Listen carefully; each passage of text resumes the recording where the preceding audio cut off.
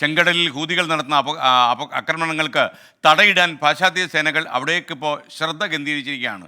ഈ അവസരം മുതലെടുത്താണ് ഈ സൊമാലിയയിലെ കൊള്ളക്കാർ വീണ്ടും സജീവമായി രംഗത്ത് വന്നത്. ആരാണ് സൊമാലിയൻ കടൽ കൊള്ളക്കാർ?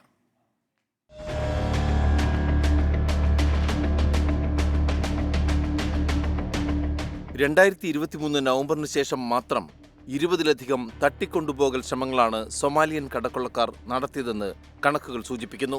ഭൂപ്രദേശത്തിന്റെ സവിശേഷത കൊണ്ട് ആഫ്രിക്കയുടെ കൊമ്പ് എന്നറിയപ്പെടുന്ന രാജ്യമാണ് സൊമാലിയ. ഏറ്റവും കൂടുതൽ കടൽ തീരമുള്ള ആഫ്രിക്കയിലെ രാജ്യം. കൃഷിക്ക് അനുയോജ്യമായ സ്ഥലം സൊമാലിയയിൽ കുറവായതിനാൽ മത്സ്യബന്ധനമാണ് പ്രധാന ഉപജീവന മാർഗം. വിദേശ രാജ്യങ്ങളുടെ കപ്പലുകൾ സൊമാലിയൻ തീരത്ത് നിന്ന് വൻതോതിൽ മത്സ്യക്കടത്ത് നടത്തുന്നത് നേരത്തെ പതിവായിരുന്നു. ഇത് ചെറുക്കാനായി സൊമാലിയയിൽ ആഭ്യന്തര യുദ്ധത്തിൽ ഏർപ്പെട്ടിരുന്നവരുടെ സഹായത്തോടെ തദ്ദേശീയർ പ്രതിരോധിക്കാൻ ആരംഭിച്ചു. ആദ്യമൊക്കെ മത്സ്യക്കടത്ത് തടയുകയായിരുന്നു ലക്ഷ്യമെങ്കിൽ പിന്നീടത് കടൽ കൊള്ളയായി മാറി. എണ്ണക്കപ്പലുകളും കണ്ടെയ്നർ കപ്പലുകളും ലക്ഷ്യം വെച്ചു. തട്ടിക്കൊണ്ടുപോയി വലിയ മോചനദ്രവ്യം ആവശ്യപ്പെടാനും തുടങ്ങി. കിലോമീറ്ററുകളോളം പിന്തുടർന്നാണ് പലപ്പോഴും ഇവർ കപ്പലുകൾ ഹൈജാക്ക് ചെയ്യുന്നത്. ഈ തുക സൊമാലിയൻ സേനാ വിഭാഗവുമായും തുറമുഖ ജീവനക്കാരുമായുമൊക്കെ പങ്കുവയ്ക്കാൻ തുടങ്ങിയതോടെ അതൊരു വലിയ ബിസിനസ്സായി മാറുകയായിരുന്നു.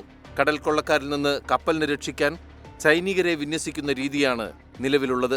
ഇതാകട്ടെ വലിയ തോതിൽ സുരക്ഷാ ഗാർഡുകളുടെ വേതനവും ഇൻഷുറൻസ് കവറേജ് തുകയും ഉയർത്തിയിട്ടുണ്ട്.